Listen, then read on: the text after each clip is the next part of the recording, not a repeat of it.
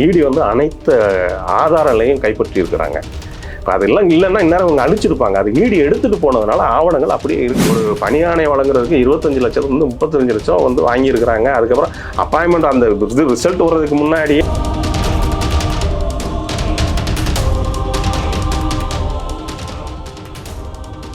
ஏழரை சதவீதத்துலேருந்து 10% கமிஷன் வாங்கியிருக்காங்க. அந்த கமிஷன் வாங்குறப்ப அது பார்ட்டி ஃபண்டுன்னு வாங்கியிருக்காங்க. திமுகவே மாட்டுதுங்கிறேங்க நான். அவங்க வந்து எதை தின்றால் பித்தம் தெரியும் சொல்லி தின்று கொண்டு இருக்கிறார்கள். திமுகவே மாட்டும் போது திமுக போராடும் அல்லவா? போராடுறதுக்கு இந்த வழக்கை பொறுத்தளவுக்கு இடமே இல்லை. உயர்நீதிமன்ற தலைமை நீதிபதி அமர்வுங்க 2 பேர் உட்கார்ந்து வந்து சொல்றாங்க இவ்வளவு ஆவணங்கள் இருக்கு அப்படின்னு தெளிவா அவங்க வந்து உத்தரவுல வந்து சொல்றாங்கன்னா அதை நீங்கள் பொருட்படுத்தாமல் இருக்கீங்கன்னா அப்புறம் அடுத்து அதுதானே போகும் ஆப்ஷன் வந்து எங்களுக்கு வேற வழி இல்லை. அங்க வந்து கலெக்டர், எஸ்பி, கமிஷனர்லாம் வந்து இவங்க ஹைகமாண்ட் சொன்னதுனால வந்து அவங்க வந்து இது பண்ணல, 144 ஆர்டரை வந்து ஒபே பண்ணல. அதுக்கப்புறம் கோர்ட்ல போய் கை கட்டி நின்னது யாரு? அந்த அதிகாரிகள் தான். அன்கண்டிஷனல் அப்பாலஜி கேட்டாங்களா? இந்த விஷயத்துல அது வராது. எலெக்ஷன் வந்துட்டு மேபி டிஎம்கே வருதோ ஏடிஎம்கே வருதோ அது நமக்கு தெரியல. டிவிகே கூட வரலாம் அவங்க நம்பிட்டு இருக்காங்க. அது ஐயோ ஏன் காமெடி பண்றீங்க நீங்க? இருங்க சார், அவங்க ஹோப் பண்ணீங்க இது பண்றீங்க. இப்போ ஆட்சி மாற்றம் ஏற்படுதுன்னு வச்சுங்களேன். நல்ல ஒரு விஷயம் பேசிட்டு இருக்கிறப்ப சிறுபிள்ளைகளை பத்தி பேசாதீங்க. அவர் வரைக்கும் இந்த வழக்கு வந்து அவரை நோக்கி செல்கிறதுங்கிறதுனால தான் அவங்க இழுத்தடிச்சிட்டு இருக்காங்கிறதான் உண்மை. இவங்களுக்கு தில்லு திராணி இருந்தா அவர் தான் சொல்லுவார், தில்லு திராணி அப்படின்னு சொல்றாருல்ல, காங்கிரஸ் வெளியே போங்கன்னு சொல்லுங்க பார்ப்போம்.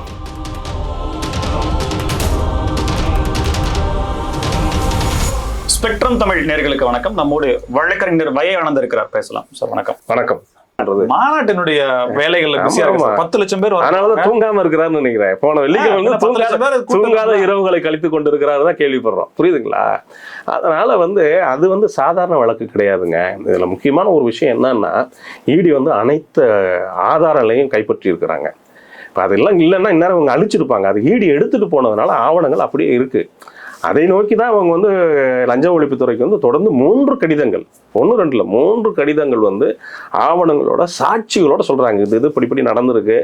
ஒரு பணியாணை வழங்குறதுக்கு 25 லட்சத்துலேருந்து 35 லட்சம் வந்து வாங்கியிருக்கிறாங்க. அதுக்கப்புறம் அப்பாயின்மெண்ட் அந்த ரிசல்ட் வர்றதுக்கு முன்னாடியே அந்த யார்கிட்ட பணம் வாங்கினாங்களோ இவங்களுக்கு வந்து கம்யூனிகேட் பண்றாங்க, உங்களுக்கு வந்து போஸ்டிங் இதுன்னு சொல்லிட்டு.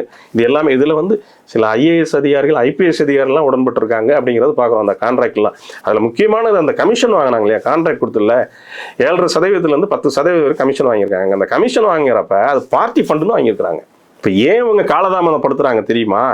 வெறும் திரு நேரு அவர்கள் மட்டும் இதில் தொடர்பு இருந்தால் இந்நேரம் எஃப்ஐஆர் அழுத்தத்தின் பேரில் போட்டிருப்பாங்க. இது எங்கே போகுதுன்னா கட்சியோட தலைமைக்கே போகுது இந்த வழக்கு வந்து.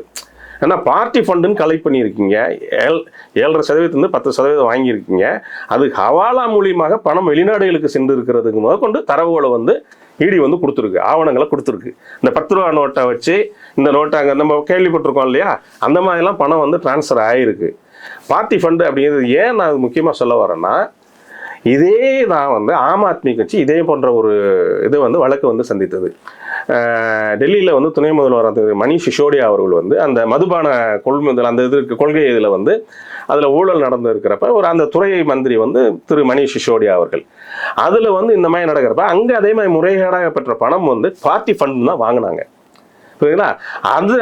அந்த விசாரணை வந்து மேலும் விரிவடையும் பொழுதுதான் பார்ட்டியோட ஹெட் யார் அப்போ ஆம் ஆத்மிக்கு திரு அரவிந்த் கெஜ்ரிவால் அவர் தான். அதனால தான் அந்த வழக்கில் தான் அவர் சிறை சென்றார் அப்படிங்கிறது இதுக்கு முன்மாதிரி இருக்கு.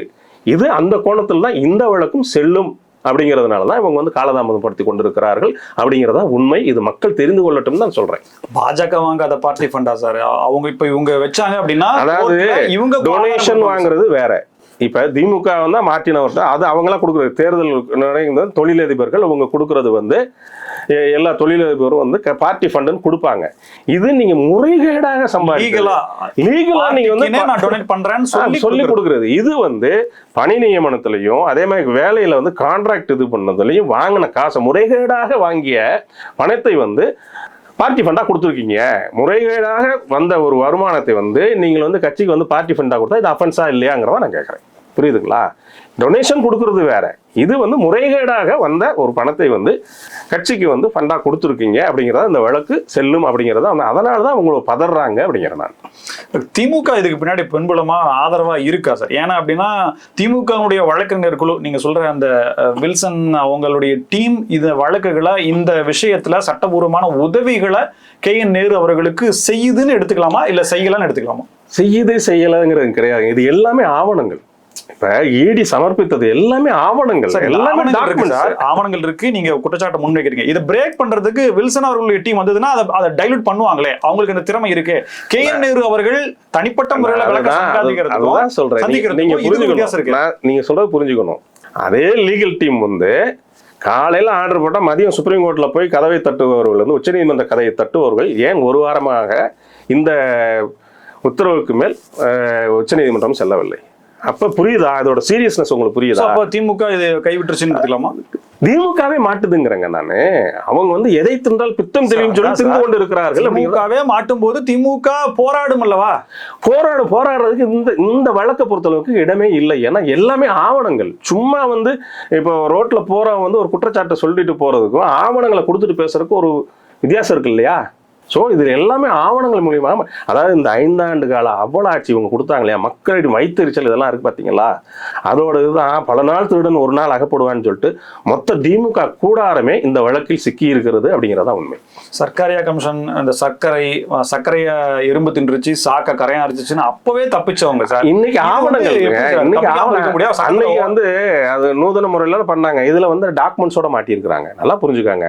மாட்டினவங்க யாருமே அதுல தொடர்பு கொண்டவங்க எல்லாம் வாட்ஸ்அப் சாட் இதெல்லாம் பார்த்தீங்கன்னா எல்லாமே திரு நேரு அவர்களின் நெருங்கிய நட்பு வட்டத்தில் இருப்பவர்கள், உடன் பிறந்த சகோதரர்கள். புரியுதுங்களா? இதை நீங்க எப்படி இல்லைன்னு மறுக்க முடியும்? புரியுதுங்களா? அதனால இந்த வழக்கு வந்து அவங்களுக்கு வந்து எதை தந்தால் பித்தம் தெளியும்ங்கிறது வந்து திமுக அலைந்து கொண்டு இருக்கிறது அப்படிங்கிறதா உண்மை. 1,00,000 பேர் பண்ணிருக்கான், அதுல நானும் ஒருத்தன். அது என்ன நடவடிக்கை சொல்றாரு அப்படின்னு சொல்லிட்டு அவரே வெளிப்படையா சொல்றாரு. அவருக்கு ஏதோ ஒரு பாயிண்ட் ஆஃப் எஸ்கேப்பிங் ரூட் தெரியுதுல, அந்த பேட்டியை தவிர்க்கணுங்கிறக்கா அப்படி சொல்லிட்டு போறாருங்க.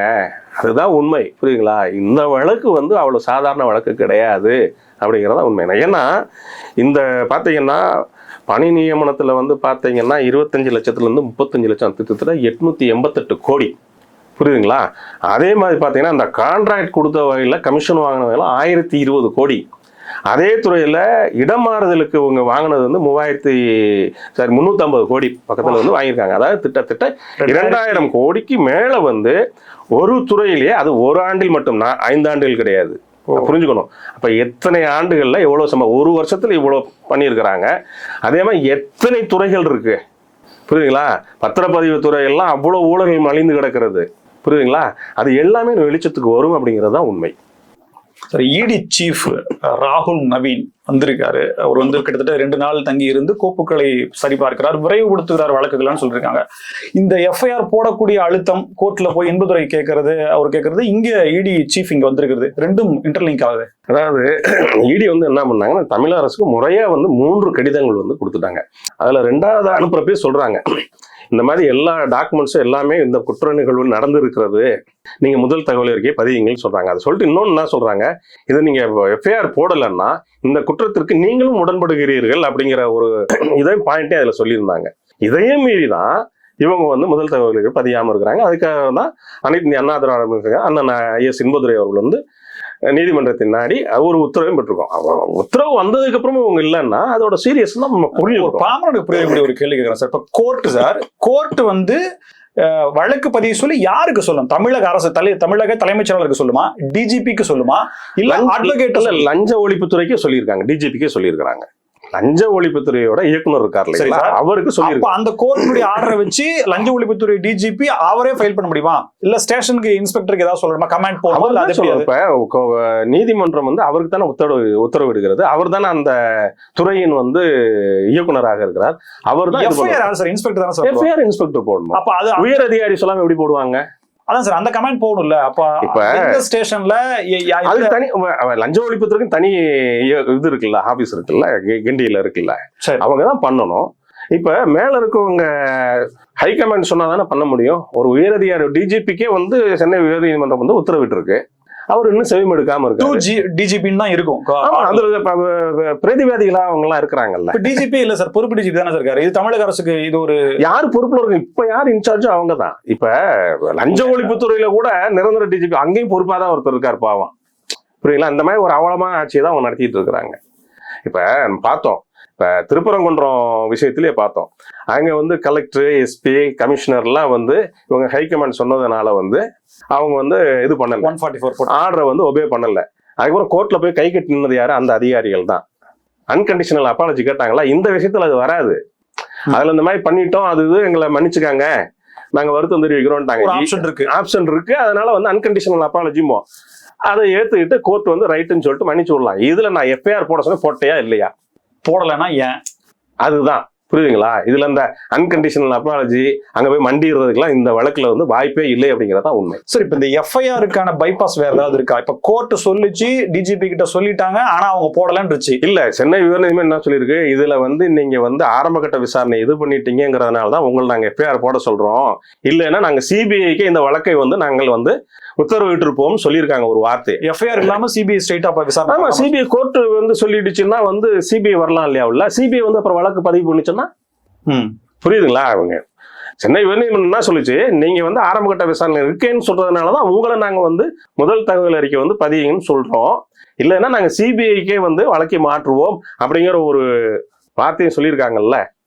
லாஸ்ட்ல தான் சொல்றாரு. இப்ப இதை நான் அடுத்து ஃபைல் பண்ணும்போது இன்னும் சிபிஐக்கான கோரிக்கையும் சேர்த்து. கண்டிப்பா. ஏன்னா ஒரு உயர்நீதிமன்ற தலைமை நீதிபதி அமர்வுங்க 2 பேர் உட்கார்ந்து வந்து சொல்றாங்க, இவ்வளவு ஆவணங்கள் இருக்கு அப்படின்னு தெளிவா அவங்க வந்து உத்தரவுல வந்து சொல்றாங்கன்னா அதை நீங்கள் பொருட்படுத்தாமல் இருக்கீங்கன்னா அப்புறம் அடுத்து அதுதானே போகும் ஆப்ஷன் வந்து எங்களுக்கு வேற வழி இல்லைல்ல. சரிங்களா? அதான் சொல்றேன், இந்த வழக்கு வந்து முதல் தகவலுக்கு பதியப்பட்டால் இடி உள்ள வந்துச்சுன்னா கட்சிக்கே வந்து திமுகவுக்கு பெரிய ஒரு சலசலப்பை உண்டாக்கும், கட்சி தலைமையே இது பாதிக்கும். அப்படிங்கிறதுனாலதான் அவங்க வந்து இது எப்படி பண்ணணும்னு சொல்லிட்டு முழித்து கொண்டு இருக்கிறார்கள் அப்படின்னு தான் உண்மை. இன்னும் அடுத்த கட்டத்துக்கு போவோம் சார். இப்ப எஃப்ஐஆர் லெவல்ல இருக்கு. இப்ப எஃப்ஐஆர் போடல, இன்னும் எஃப்ஐஆர் போடல. எஃப்ஐஆருக்கு அப்புறம் இன்வெஸ்டிகேஷன், அதுக்கப்புறம் எலெக்ஷன் வந்துடும் சார். எலெக்ஷன் வந்துட்டு மேபி டிஎம்கே வருதோ ஏடிஎம்கே வருதோ அது நமக்கு தெரியல, டிவிக்கே கூட வரலாம் அவங்க நம்பிட்டு இருக்காங்க. அதை காமெடி பண்றீங்க நீங்க. இருங்க சார், அவங்க ஹோப் பண்ணீங்க இது பண்றீங்க. இப்போ ஆட்சி மாற்றம் ஏற்படுதுன்னு வச்சுங்களேன். நல்ல ஒரு விஷயம் பேசிட்டு இருக்கிறப்ப சிறுபிள்ளைகளை பத்தி பேசாதீங்க. சரி சார், ஆட்சி மாற்றம் ஏற்படுது, திமுக இல்ல வேற யாரோ இருக்காங்க, அப்போ இந்த வழக்கினுடைய தன்மை என்னவா இருக்கும்? விசாரணை எப்படி போகும்? எஃப்ஐஆர் போட்டாலே இடி உள்ள வந்துருங்க, இடி அதுக்கப்புறம் டேக் ஓவர் பண்ணிடுவோம். சரி சார், இப்ப தமிழக அரசா கட்சி மாறுது இல்ல சார்? தமிழக அரசு தான், ஆனா கட்சி அந்த கட்சி இல்ல. எதுமான குற்ற நிகழ்வு நடந்தது தான். KN நேரு அமைச்சராக இருந்தாலும் அமைச்சராக விசாரணை இடி வந்து தொடரும், இடி விசாரணை தொடரும் அப்படிங்கறதா உண்மை. அதுக்கு தாங்க பயப்படுறாங்க அவங்க. பயப்படுறதுக்கு காரணமே நேருவோட முடிஞ்சிருந்தா இந்நேரம் கழட்டி விட்டு போயிருப்பாங்கப்பா, அவரையும் பலிகாடு ஆக்கியிருப்பாங்க. புரியுதுங்களா? இது கட்சி தலைமை வரைக்கும் போகுது. ஏன்னா பார்ட்டி ஃபண்ட் வாங்கியிருக்கிறாங்க, முறைகேடாக வந்த பணத்தை வந்து பார்ட்டி ஃபண்டுன்னு வாங்கியிருக்கிறாங்க, அதுக்கு ஆவணங்களும் இருக்கு. புரியுதுங்களா?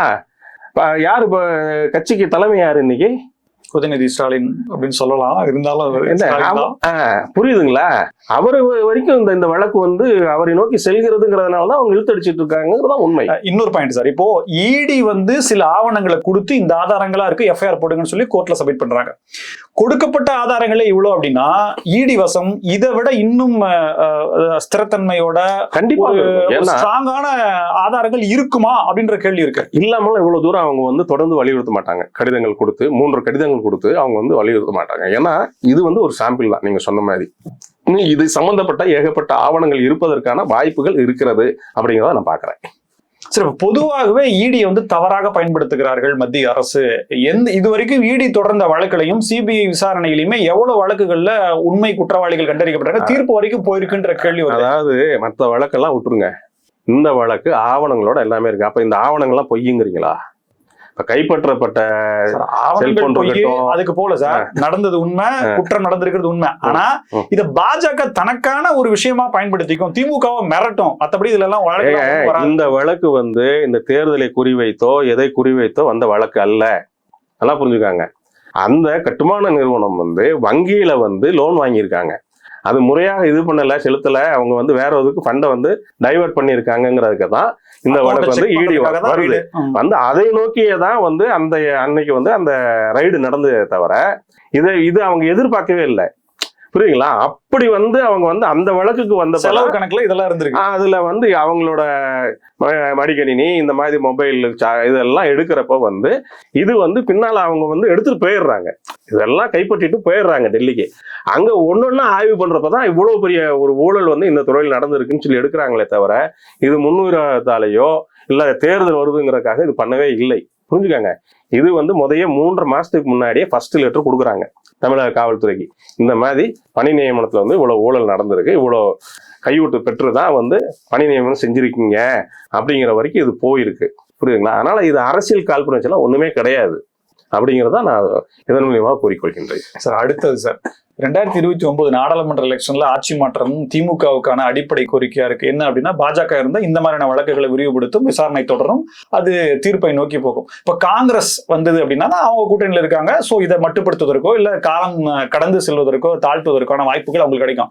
அப்படிப்பட்ட காங்கிரஸையே அவங்க வெளியேற்றுவதற்கான சூழலையும் இருந்தா இருங்க போனா போங்கன்னு முடிவெடுக்கிறாங்கன்னா நம்ம எவ்வளவு கெத்தா இருக்காங்க. அப்படி வெளியே பாக்குறாங்க, அதாவது டே பயப்படாம வெளியே போடான்னு சொல்லிட்டு அவங்க வந்து பில்டப் கொடுத்துட்டு இருக்காங்க.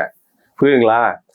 காங்கிரஸை பார்த்து இவங்க நடுங்கி கொண்டு இருக்கிறார்கள். அறிவாலயம் கூட்டம் வந்து நடுங்கி கொண்டு இருக்கிறது. காங்கிரஸ் போச்சுன்னா அவ்வளவுதான் சொல்லிட்டு அப்படின்னு நீங்க நினைச்சிட்டு இருக்கிறீங்க. ஏன் அப்பா இப்ப இவங்களே வெளியே போங்கன்னு சொல்லியிருக்கலாம்ல. நான் என்ன சொல்றேன், காங்கிரஸை இவர்கள் மதிக்கவில்லை என்றால் இவங்களோட சுயரூபம்லாம் எப்படி இருக்கு? 72 நாள் ஆச்சு, இன்னும் கூட்டணிக்கு பேச்சுவார்த்தைக்கு கூப்பிடலன்னு சொல்லி கிறிஸ்டோடங்கர் சொல்றாரு. கிறிஸ்டோடங்கர் சொல்லல, கூப்பிடல. சரி, நீங்க வேணான்னு அனௌன்ஸ் பண்ணிட்டு போங்க. காங்கிரஸ் அனௌன்ஸ் பண்ணலங்க. திமுக வந்து ரொம்ப ஸ்டெடியா இருக்காங்கன்னு நீங்க சொல்றீங்கல்ல, நீங்க வேணாம்பா போங்கப்பான்னு சொல்லுங்களேன். தேமுதிக உள்ள ஒரு சார் ரத்தன கமலம் போட்டு உள்ள கூப்பிடுறாங்க. இந்த நடவடிக்கை காங்கிரஸ் புரிஞ்சுக்கணும். பாயிண்ட் 4 திறந்து சொல்லணுமா, வெளியே போங்க. பாயிண்ட் 4 பத்தி எல்லாம் நீங்க பேசாதீங்க. என்ன பாயிண்ட் 4 எல்லாம் நீங்க பேசாதீங்க. அந்த கட்சி பேரை சொல்ற கூட எனக்கு வந்து பாயிண்ட் 4 எல்லாம் ஒரு இதுன்னு நீங்க வந்து பேசாதீங்க. புரியுதுங்களா? இவங்களுக்கு தில்லு திராணி இருந்தா அவர் தானே சொல்றாரு, தில்லு திராணி அப்படின்னு சொல்றாருல்ல. காங்கிரஸ் வெளியே போங்கன்னு சொல்லுங்க பாப்போம். தில்லு திராணி இருந்தா முதல்ல வந்து காங்கிரஸ் வெளியே போங்க. என்ன பேச்சு பேசுறாங்க பத்தி, என்ன பேச்சு பேசுறாங்க சார் திமுக காரங்க? காங்கிரஸும் பேசுறாங்கல்ல. காங்கிரஸ் இதே கிரீஸோடங்கர் வந்து நாங்க வந்து எங்க கட்சி நாங்க இது பண்ணணும் தான் பார்ப்போம், அதுக்காக நாங்க வந்து இது பண்ணிட்டு போக முடியுமா, நாங்க எல்லா பக்கமும் தான் பேசுவோம் அப்படின்னு சொல்லியிருக்காருல்ல. ஒரு பேட்டியில சொல்லியிருக்காரு இந்தியன் எக்ஸ்பிரஸ். இதுல அவர் எங்கேயா மறைச்சாரா? உங்களையே நாங்க தொங்கிட்டு இருக்கோம்னு சொன்னாரா? வேற ஆப்ஷனும் ஒரு கட்சி பார்க்கும்னு சொல்லியிருக்காருல. அதுக்கு என்ன மீனிங்? புரியுதுங்களா? அறிவாலய கூட்டம் தாங்க அப்படியே ஆடி போயிருக்குது. இதுக்குள்ள ஒரு வியூகம் இருக்கு சார். காங்கிரஸ் தாவேக கூட்டணிக்குள்ள போயிடக்கூடாதுங்கிறதுக்காக திமுக நம்ம காங்கிரஸ்ல இருக்கக்கூடிய நபர்களை வைத்து, மாணிக்கம் தாக்கூர் போன்ற நபர்களை வைத்து ஒரு சண்டை போடுற மாதிரி பாவலா பண்ணிட்டு கடைசி வரைக்கும் கடைசி தேதி வரைக்கும் போயிட்டு அப்புறம் சீட்டுகளை கொடுத்து காங்கிரஸை திமுக கூட்டணியிலே வச்சுக்கிற ராஜதந்திரத்துல திமுக இருக்கு. ராஜதந்திரம் இந்த அளவுக்கு பழிக்குதுன்னு பார்ப்போம். ஏன்னா இப்ப 2ஆம் கட்ட தலைவர்கள் வந்து காங்கிரஸை சார்ந்தவரும் சரி திமுகவை சார்ந்தவரும் சரி தொடர்ந்து என்ன பேசிட்டு இருக்காங்க, காங்கிரஸை பத்தி திமுக காரங்க என்ன பேசுறாங்க, எம்எல்ஏ அவங்கெல்லாம் 2000-3000 ஓட்டு கூட கிடையாதுன்னு சொல்லிட்டு இழிவா பேசுறாங்க.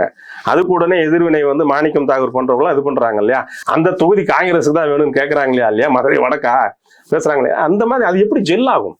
கூட்டணி வருதுன்னு வச்சுக்காங்க, இந்த மாதிரி எல்லாம் சண்டை போட்டு இது பண்ணிட்டு இவன் அவன் என்னை ரொம்ப கேவலமா பேசுவான், அன்னை பத்தி இவன் ரொம்ப கேவலமா பேசுவான் அப்படின்னு சொல்லிட்டு வடிவேலு சத்யராஜ் காமெடி மாதிரி தான் இருக்கு. இது வந்து மக்கள் ரசிப்பார்களா அப்படிங்கிறத நம்ம ஒருவேளை நாடாளுமன்ற தேர்தல் வரட்டும், அப்போது கூட்டணிக்கு அப்போ பாத்துக்கலாம் அப்படின்ற மாதிரி ஒரு முடிவுகள் இருக்கிறாங்களா அப்படின்றதும் ஒரு கேள்வியா பார்ப்போம். மிக்க நன்றி சார், பல்வேறு தகவல்களுக்கு நன்றி. நன்றி. எங்களை மீண்டும் சந்திப்போம். இணைந்திருங்கள். ஸ்பெக்ட்ரம் தமிழோட நன்றி.